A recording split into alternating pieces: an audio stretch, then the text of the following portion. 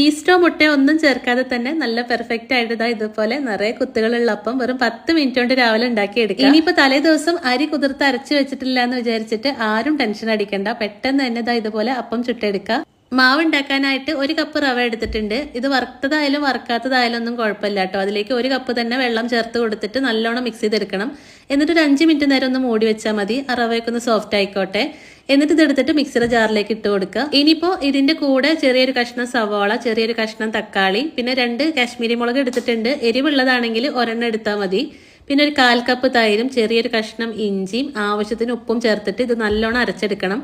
പിന്നെ ഇത് നമ്മൾ പെട്ടെന്ന് തന്നെ അപ്പം ചുട്ടെടുക്കുന്നത് കൊണ്ട് ഒരു 1/4 ടീസ്പൂൺ ബേക്കിംഗ് സോഡ കൂടി ചേർത്തിട്ട് നന്നായിട്ട് മിക്സ് ചെയ്തെടുക്കുക. അപ്പോൾ ഇതാ മാവ് റെഡി ആയിട്ടുണ്ട്. ഇനി നല്ല ചൂടായ ചട്ടിയിൽ ഓരോ തവി മാവായിട്ട് ഒഴിച്ചു കൊടുത്തിട്ട് ഇതുപോലെ അപ്പം ചുട്ടെടുക്കുക. മാവ് ഒഴിച്ചു കൊടുക്കുന്ന സമയത്ത് ഹൈ ഫ്ലെയിമിൽ വെച്ചിട്ട് വേണം ഒഴിച്ചു കൊടുക്കാൻ. എന്നിട്ട് ഇതുപോലെ നിറയെ കുത്തുകൾ വന്നു കഴിഞ്ഞാൽ ഫ്ലെയിം കുറച്ച് വെച്ച് മൂടി വെച്ച് വേവിച്ചെടുത്താൽ മതി. തേങ്ങാ ചമ്മന്തിയോ ഉള്ളി ചമ്മന്തിയോ ഒക്കെ കൂട്ടിയിട്ട് കഴിക്കാൻ അടിപൊളി ടേസ്റ്റ് ആണ്. ട്രൈ ചെയ്ത് നോക്കിട്ടോ. വീഡിയോ ഇഷ്ടമായിട്ടുണ്ടെങ്കിൽ ഫോളോ ചെയ്യാൻ മറക്കരുത്.